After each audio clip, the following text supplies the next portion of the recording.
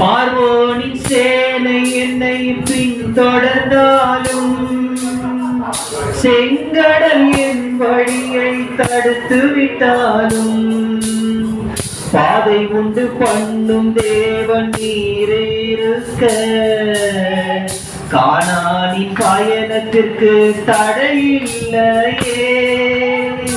பார்வோனின் சேனை என்னை பின்தொடர்ந்தாலும் செங்கடல் என் வழியை தடுத்து விட்டாலும் பாதை உண்டு பண்ணும் தேவன் நீரே இருக்க கானானின் பயணத்திற்கு தடையில்லையே. உள்ளுள்ள இடங்களில் மேய்த்திடுவீரே நன்மையும் கிருபையும் தொடர செய்வீரே.